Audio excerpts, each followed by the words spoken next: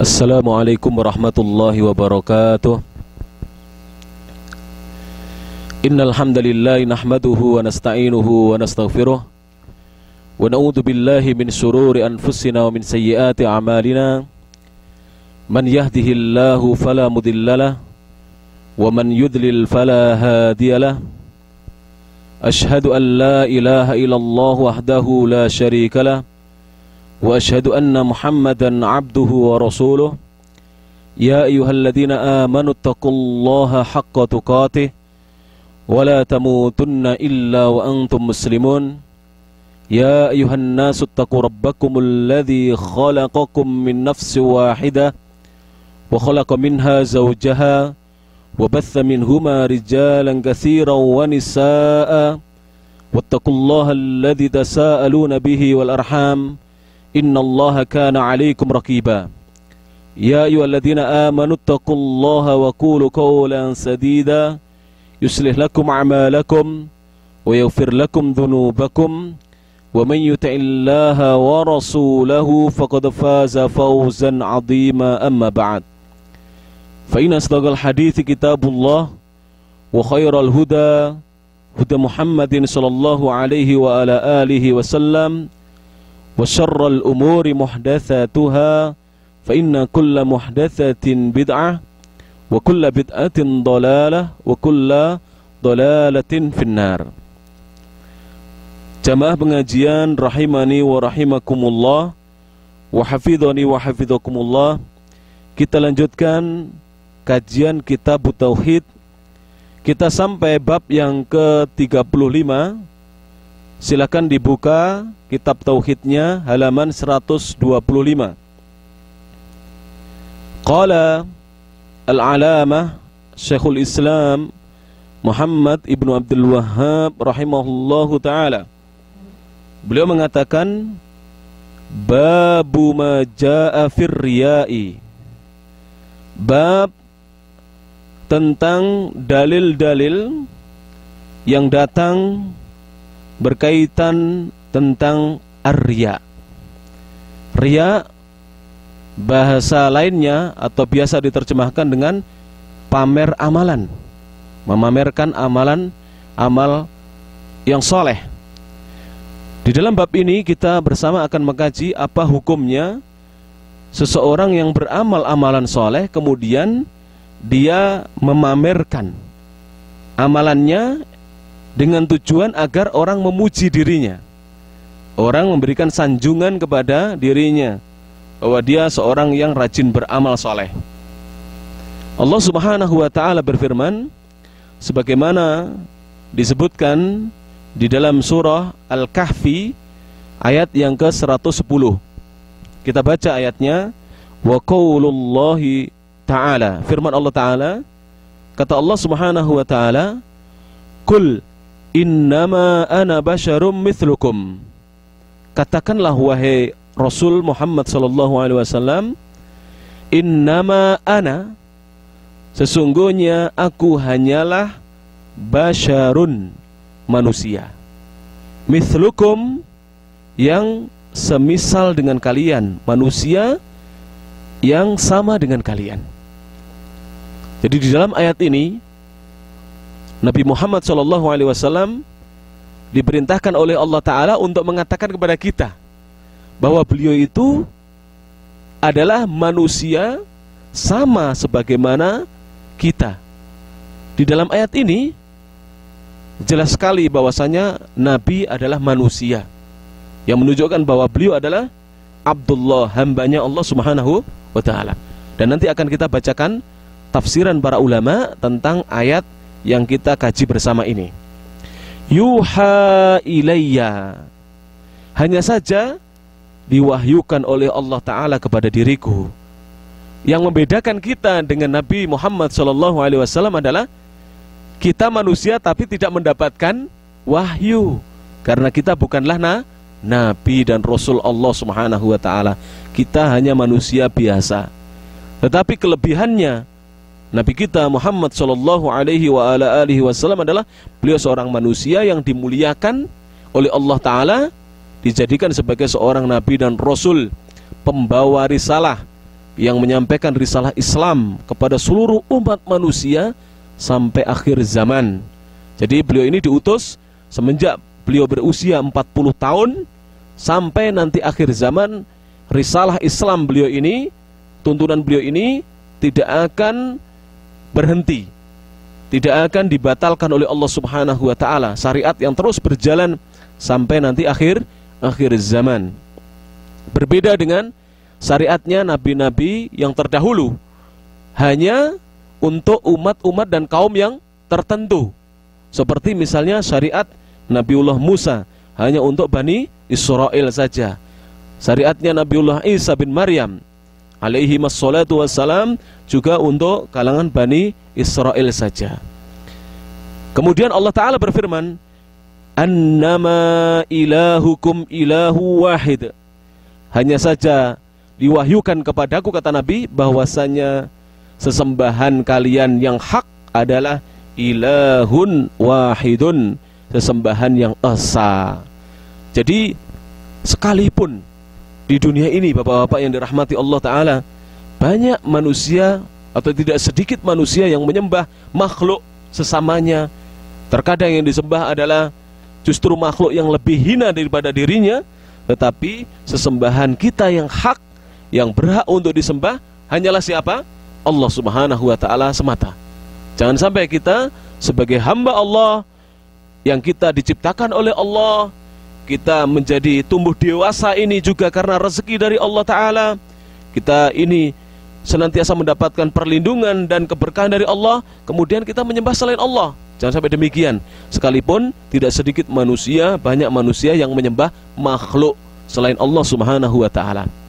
Kemudian Allah Ta'ala berfirman, faman kana yarju liqa'a rabbih falya'mal 'amalan shalihan.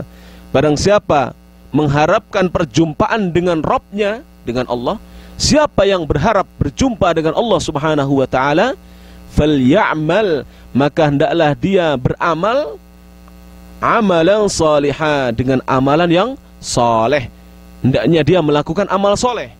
Wala yusyrik bi'ibadati rabbih ahada, dan janganlah sekali-kali dia mempersekutukan Allah di dalam dia menyembah Allah Subhanahu wa ta'ala dengan dia menyembah sesuatu selain Allah Subhanahu wa ta'ala. Jangan sampai dia persekutukan selain Allah Subhanahu wa ta'ala di dalam dia beribadah kepada Allah Subhanahu wa ta'ala. Tafsiran ayat ini, jamaah sekalian yang dirahmati Allah Subhanahu wa ta'ala, dijelaskan di sini. Qala al-hafidhu, berkata al-hafidh di sini mengatakan ayat ini maknanya adalah huwa mushtaqun minar ru'yati. Mohon maaf, beliau mengatakan tentang bab ar-riya. Berkata al-hafidh, huwa mushtaqun minar ru'yati. Riya itu kata yang diambil dari kata-kata ar-ru'yah. Ar-ru'yah artinya melihat. Ar-ru'yah artinya melihat.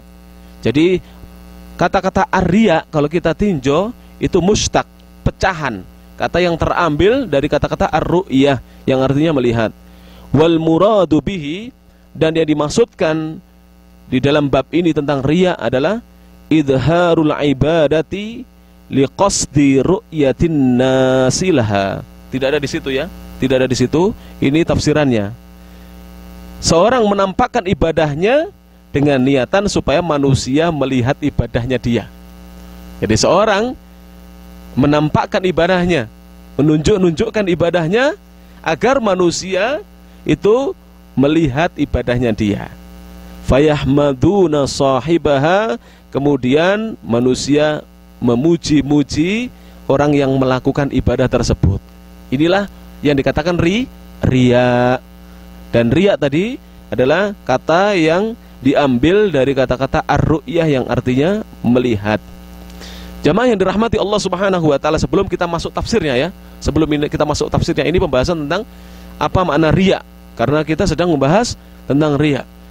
Kita sering di masyarakat mendengar dari para ulama kita, dari para ustadz kita, dari para kiai kita, dari syekh-syekh kita, sering kita mendengar kata-kata riya dan sum'ah, ya kan? Apa bedanya ini? Riya dan sum'ah. Riya sudah kita bahas ini tadi. Sekarang apa bedanya? Beliau mengatakan wal farqu bainahu wa bainas sum'ati, bisa ditulis ini yang bawa alat tulis. Wal farqu, adapun perbedaan, bainahu antara riya, wa bainas sum'ati dan antara sum'ah, annar riya'a, bahwasanya riya itu lima yura minal amali, adalah untuk amalan yang bisa dilihat. Adalah untuk amalan yang bisa dilihat atau disaksikan oleh manusia. Kas-sholati, seperti sholat. Jadi kalau ada orang sholat, dia tujuannya pamer amal sholatnya itu, agar manusia memuji dia, melihat dia, kemudian memberikan pujian, sanjungan kepada dirinya bahwa dia orang yang rajin sholat. Maka orang yang seperti ini telah melakukan riya, memamerkan amalan sholatnya itu. Was-sum'atu, adapun sum'ah atau was-sum'ata, adapun yang dimaksud dengan sum'ah, lima yusma'u, adalah untuk amalan yang bisa didengarkan. Kalau sum'ah adalah amalan yang bisa didengarkan oleh orang lain. Kal qiraati, seperti bacaan Quran. Seorang membagus-baguskan bacaan Qurannya bukan karena dia ingin mendapatkan ganjaran yang lebih di sisi Allah Subhanahu wa ta'ala, karena memang kita kalau membaca Quran disuruh untuk membagus-baguskan bacaan kita, menghiasi suara kita, mengindah-indahkannya. Tetapi kalau diniatkan bukan mencari ganjaran, diniatkan agar orang memuji dia bahwa dia adalah seorang qori yang bacaannya bagus, inilah yang dikatakan sum'ah. Kemudian wal wa'di, atau supaya orang memuji apa yang dia sampaikan berupa nasihat. Al-wa'd itu nasihat. Ceramahnya dia, pidatonya dia, oh orang ini pandai sekali berpidato, ceramahnya bagus. Kalau dia menyampaikan khutbah luar biasa misalnya. Wa dzikri, maupun zikir. Terkadang orang mengeraskan zikirnya agar dikatakan orang yang banyak berzikir. Ini semuanya dikatakan sum'ah. Wa yadkhulu fi dzalika at-tahaddutsu bima amilahu, dan tergolong atau masuk dalam bab sum'ah adalah seorang bercerita tentang amalan yang dia kerjakan. Tapi ceritanya adalah agar orang memuji dia. Ini tidak boleh ini. Jadi kalau seorang menceritakan amal solehnya supaya orang memberikan pujian kepada dirinya, ini sum'ah dan ini dilarang. Tapi kalau dia bercerita supaya orang mencontoh dirinya, supaya orang juga mau beramal seperti dirinya, ini boleh. Sebagaimana seorang bapak, dia bercerita kepada putranya bahwa dia pernah menunaikan umroh, agar putranya nanti kalau punya harta bisa melaksanakan umroh seperti dirinya, ini boleh. Karena ini adalah tujuannya dakwah, mengajak orang supaya dia beramal sebagaimana amalan yang dia kerjakan, dan tidak ada sedikit pun tendensi keinginan untuk dipuji. Orang mau muji, orang mau tidak, dia tidak pedulikan, karena dia memang beramal karena Allah Subhanahu wa ta'ala. Tapi dia ingin mengajak orang lain, mengajak putranya, mengajak santrinya, dan seterusnya. Maka menceritakan amalan demikian ini terkadang dibolehkan, bahkan disunnahkan agar orang meniru dirinya. Kemudian jemaah yang dirahmati Allah Subhanahu wa ta'ala, tafsiran dari ayat yang barusan kita bacakan, para ulama kita mengatakan, sebagaimana saya nukilkan dari tafsir Al-Muyassar, qul, katakan wahai Muhammad, ya ayyuhar rasulu, wahai rasul, lihaula'il musyrikin, katakan kepada orang-orang yang berbuat kesyirikan, innama ana basyarun mithlukum, sesungguhnya aku ini hanyalah manusia biasa seperti halnya kalian. Jadi Rasulullah SAW adalah manusia biasa. Di dalam tafsiran para ulama yang lainnya, para ulama mengatakan laisa li minar rububiyyati wala minal uluhiyyati syai'un. Aku tidaklah memiliki sedikit pun campur tangan dalam rububiyah. Rububiyah itu adalah dalam semua perbuatan Allah Subhanahu wa ta'ala. Seperti mencipta, aku tidak ikut turut campur. Yang maha mencipta hanyalah Allah Subhanahu wa ta'ala, aku tidak mampu mencipta. Seperti memberi rezeki, yang memberi rezeki hanyalah Allah Subhanahu wa ta'ala, Nabi tidak bisa memberi rezeki. Seperti menyembuhkan dari penyakit, yang bisa menyembuhkan dari penyakit hanyalah Allah Subhanahu wa ta'ala. Ini maksudnya. Dan juga aku tidak memiliki sedikit pun campur tangan di dalam masalah uluhiyah, artinya aku tidak boleh disembah, aku tidak boleh diibadahi dengan berbagai macam ibadah. Ibadah hanya diperuntukkan, dipersembahkan untuk siapa? Allah Subhanahu wa ta'ala. Ini makna innama ana basyarum mithlukum. Kemudian yuha ilayya, diwahyukan kepadaku, mir rabbi, dari Allah Rabbku, annama ilahukum ilahun wahidun, bahwasanya sesembahan kalian yang berhak untuk disembah dan ibadahi hanyalah Allah yang esa. Faman kana yakhafu adzab rabbih, maka barang siapa yang takut akan siksaan Allah, wa yarju thawabahu, kemudian mengharapkan ganjaran pahala dari sisi Allah, yauma liqaihi, pada hari dia berjumpa dengan Allah. Jadi siapa yang takut azabnya Allah dan mengharapkan ganjaran dari Allah pada saat dia berjumpa dengan Allah, falyamal amalan salihah, maka hendaklah dia beramal amalan yang saleh. Li rabbih, amal solehnya itu hanya diperuntukkan untuk Allah, hanya karena Allah Subhanahu wa ta'ala. Hendaknya jemaah sekalian, seperti kita yang hadir di sini, saya yang mengajar, bapak-bapak, saudara-saudara yang mendengarkan pengajian ini, ikhlaskan amalan kita karena Allah. Dan nanti kita akan merasakan ya, seorang yang rajin menuntut ilmu seperti ini, itu dia akan bisa merasakan bedanya dengan orang yang tidak pernah, atau sebelum ini mungkin kita belum rajin menuntut ilmu, atau kita malas menuntut ilmu. Nanti rasakan, Allah Subhanahu wa ta'ala akan memberikan ketentraman dalam hati kita, kebahagiaan yang tidak bisa kita raih kecuali kita menghadiri majelis-majelis seperti ini. Karena dijanjikan oleh Rasulullah SAW, siapa yang berkumpul seperti ini akan Allah curahkan kepada mereka ketentraman dan ketenangan jiwa. Yang ini tidak akan didapatkan oleh orang-orang yang tidak mau mendatangi majelis-majelis ilmu. Kemudian beliau mengatakan, tafsiran dari ayat ini, muwafiqon li syar'ihi, dan amal soleh itu adalah amalan yang sesuai dengan syariatnya Allah Subhanahu wa ta'ala.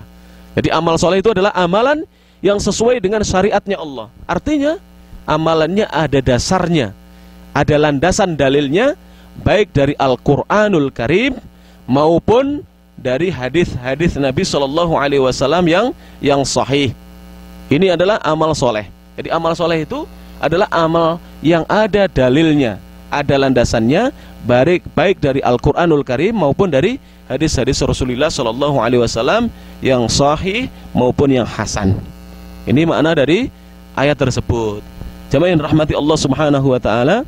Kemudian para ulama mengatakan wala yusyriku, dan dia tidak mempersekutukan fil ibadati, di dalam beribadah, ma'ahu, bersama menyembah Allah, ahadan, dia persekutukan siapapun ghairahu, selain Allah Subhanahu wa ta'ala. Tidak boleh kita menyembah selain Allah siapapun juga, karena selain Allah adalah makhluk sebagaimana kita.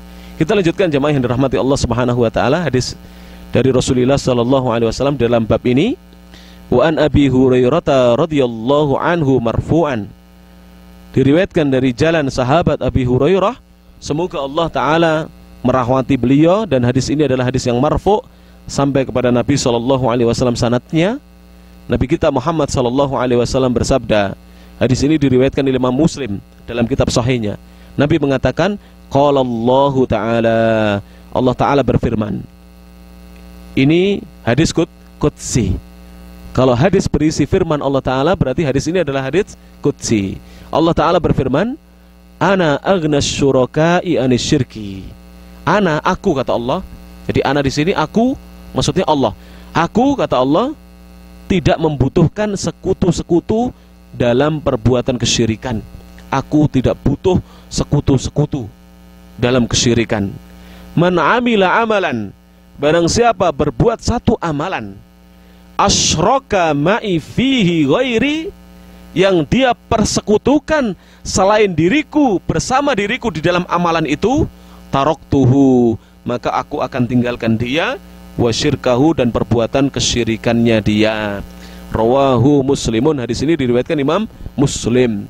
Tidak boleh ya kita mengamalkan satu amalan, ternyata kita mempersekutukan Allah di dalam amalan itu. Tidak boleh. Wajib Amalan yang kita kerjakan itu hanya karena Allah Subhanahu wa ta'ala. Contoh-contoh jemaah sekalian, seorang yang beramal ternyata dia juga menginginkan selain Allah adalah misalnya mohon maaf ini ya, seorang di dalam melakukan sholatnya ternyata yang dia inginkan adalah pujian manusia. Berarti dia menginginkan selain Allah Subhanahu wa ta'ala. Seharusnya kita beramal itu lillahi ta'ala, hanya karena Allah Subhanahu wa ta'ala. Di antara para ulama, sebagaimana disebutkan dalam kitab ini, seperti halnya Al-Imam Ibnu Rajab Al-Hanbali rahimahullahu ta'ala, beliau mengatakan, saya nukilkan sedikit saja ya, nggak banyak-banyak. Wa'alam, ketahuilah kata beliau, annal amala li ghairillahi aqsamun, bahwasanya amal perbuatan yang diperuntukkan untuk selain Allah ini bermacam-macam. Jadi macam-macam jenisnya. Fataratan yakunu riya'an mahdhan, terkadang satu amal perbuatan itu riya murni riya, tidak ada niatannya untuk Allah Subhanahu wa ta'ala. Kahalil munafikina, hal ini sebagaimana keadaannya orang-orang munafik. Orang-orang munafik itu kalau beramal semuanya bukan karena Allah. Orang munafik itu adalah orang-orang yang menyembunyikan kekafiran di dalam dirinya, tapi yang ditampakkan adalah keimanannya, seakan-akan mereka orang-orang yang beriman, yang rajin beribadah, padahal amalannya murni riya. Amalannya tidak ada yang karena Allah, semuanya karena selain Allah Subhanahu wa ta'ala, diniatkan selain Allah Subhanahu wa ta'ala. Dan ini Allah sebutkan di dalam Al-Quran, diantaranya di dalam surah An-Nisa ayat 142, Allah Subhanahu wa ta'ala berfirman, wa idza qamu ilas sholati qamu kusala. Ayat ini sudah pernah saya sebutkan di majelis ini, di kamar ini sudah pernah saya sebutkan. Orang munafik itu diantara sifatnya, apabila mereka berdiri untuk sholat, qamu, mereka berdiri kusala, dalam keadaan malas-malasan. Jadi berangkatnya mereka menuju sholat malas-malasan. Maka jika kita tidak ingin hati kita dicap sebagai seorang munafik, maka hendaknya kita berangkat ke masjid dengan sungguh-sungguh, jangan ada perasaan malas. Apabila dengar adzan, segera ambil air wudhu, kemudian kita berangkat ke masjid. Dan nikmat kok, sebagaimana kemarin saya kaji di asrama perawat rumah sakit, saya sampaikan bahwa seorang itu apabila mau berangkat ke masjid itu lebih nikmat dibandingkan orang yang menunda-nunda sholat, kemudian melaksanakan sholatnya di kamarnya atau di rumahnya. Kenapa? Karena kalau sudah berangkat ke masjid, kemudian dia melaksanakan sholat di masjid, pertama gangguannya lebih sedikit, karena syaitan itu akan mengganggu orang yang sendirian, dan setan akan kesulitan mengganggu seorang yang sholat berjamaah dengan saudara-saudaranya sama muslim. Kemudian dari sisi ganjarannya sangat besar di sisi Allah Subhanahu wa ta'ala.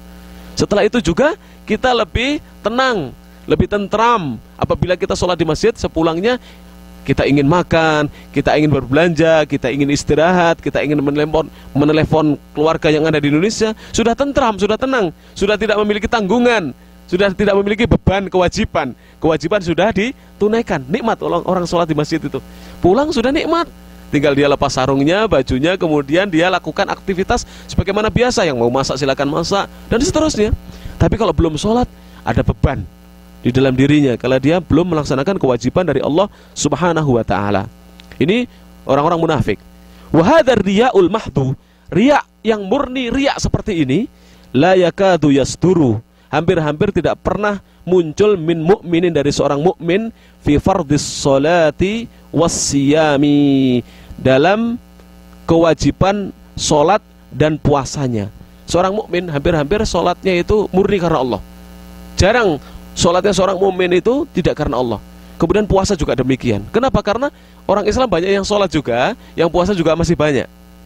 Waqat yasduru, tapi kadang-kadang riya murni seperti riyanya orang-orang munafik ini muncul fis shadaqatil wajibati, dalam masalah sedekah yang wajib atau zakat. Kadang-kadang kalau mengeluarkan zakat baru apa? Muncul riya. Awil haji, atau dalam masalah haji. Biasanya orang pergi haji itu akan marah sepulangnya kalau tidak dipanggil Pak Haji. Ini berarti ada unsur riyaknya. Kalau sampai kita sepulang dari ibadah haji marah jika tidak dipanggil Pak Haji, berarti ada unsur riyak di dalam kita melaksanakan ibadah haji. Ada niatan-niatan yang bercampur dengan apa? riya. Naudzubillah min dzalik. Wa ghairiha, dan lain sebagainya, minal a'malidz dzahirati, dari amalan-amalan yang nampak. Awil lati yata'adda naf'uha, atau yang manfaat dari amalan itu bisa dirasakan oleh orang lain. Seperti zakat itu kan bisa dirasakan oleh orang lain. Terkadang dia ingin dipuji orang, ingin dikatakan orang yang dermawan, yang banyak uangnya dan suka zakat. Padahal di dalam hatinya niatannya hanya cari pujian, ya ta? Bukan karena Allah Subhanahu wa taala. Kemudian jemaah sekalian yang dirahmati Allah Subhanahu wa taala, hadis selanjutnya, wa an Abi Sa'idin Al-Khudri radhiyallahu anhu marfu'an, dari sahabat yang mulia Abu Sa'id Al-Khudri radhiyallahu taala anhu marfu'an. Hadis ini juga sanadnya terangkat sampai kepada Nabi sallallahu alaihi wasallam. Nabi kita Muhammad sallallahu alaihi wasallam bersabda, dengarkan hadis yang mulia ini. Sangat bagus ini untuk nasihat bagi kita. Ala ukhbirukum, maukah aku kabarkan atau beritahukan kepada kalian, bima huwa akhwafu alaikum indi minal masihid dajjal, dengan perkara yang perkara itu lebih aku takutkan alaikum, terjadi atas kalian, indi, pada diriku, minal masihid dajjal, menurut aku, dibandingkan perkaranya dajjal. Jadi Rasulullah lebih takut para sahabatnya, umatnya terjatuh dalam perkara ini dibandingkan kedatangannya dajjal atau fitnahnya dajjal. Dajjal itu berat sekali. Banyak orang nanti di akhir zaman itu yang ikut dajjal. Padahal dajjal ini seorang yang kafir, yang menyesatkan dan membuat kafir manusia, mengajak manusia ke neraka. Tetapi fitnahnya dajjal tidak seberapa dengan amalan yang dikhawatirkan atau ditakutkan Rasulullah terjadi di tengah-tengah umatnya. Qalu, para sahabat bertanya. Para sahabat mengatakan, bukan bertanya, para sahabat mengatakan, bala, tentu ya Rasulullah, kami ingin tahu amalan apa yang engkau lebih takutkan, engkau lebih khawatirkan terjadi di tengah-tengah kami dibandingkan fitnahnya dajjal. Qal, beliau menjawab, beliau bersabda, asyirkul khafiyyu, kesyirikan yang samar, yang tersembunyi. Itulah amal perbuatan yang paling aku khawatirkan terjadi di tengah-tengah kalian. Syirik yang tidak nampak, syirik yang samar. Yakumur rajulu, seseorang berdiri, seorang laki-laki berdiri, fayusolli, kemudian dia laksanakan sholat, fayuzayyinu sholatahu, setelah itu dia hias-hiasi, dia bagus-baguskan sholatnya dia. Dia berdiri untuk sholat, ternyata sholatnya dibagus-baguskan. Kenapa dibagus-baguskan? Kenapa dia sholat dengan demikian bagusnya? Biasanya sholatnya ala kadarnya, ya, cepet-cepet, sholatnya tidak bagus. Tiba-tiba waktu itu dia membagus-baguskan sholatnya. Kenapa? Lima yura min nadhari, lima yara min nadhari rajulin, disebabkan orang yang sedang sholat itu melihat ada seorang laki-laki yang melihat dirinya. Jadi ada orang yang lihat sholatnya dia, maka dia kemudian memperbagus sholatnya. Seperti ini amalan yang paling ditakutkan oleh Nabi Shallallahu Alaihi Wasallam. Rawahu Ahmadu, di sini diriwayatkan Imam Ahmad. Nah, kenapa ditakutkan? Sebab riya itu menggugurkan amalan, jemaah sekalian. Riya itu kenapa ditakutkan oleh Nabi? Seperti contoh ini tadi yang disampaikan oleh Nabi Shallallahu Alaihi Wasallam. Seorang laki-laki berdiri kemudian sholat. Karena ada orang melihat dirinya, dia menghias-hiasi sholatnya, memperbagus sholatnya. Padahal awalnya dia ini sholatnya agak cepat, rakaat pertama dan kedua cepat. Ini sholat isya ini. Ketika rakaat keempat, ada orang datang, dia dengar suara sendal datang, kemudian dia perbagus sholatnya. Karena ada orang yang melihat dirinya. Amalannya gugur sia-sia. Jadi riya itu menggugurkan amalan. Dan riya itu dosa besar. Pelakunya diancam dengan api neraka, sekalipun tidak kekal sebagaimana syirik besar, ya. Karena ini syirik kecil.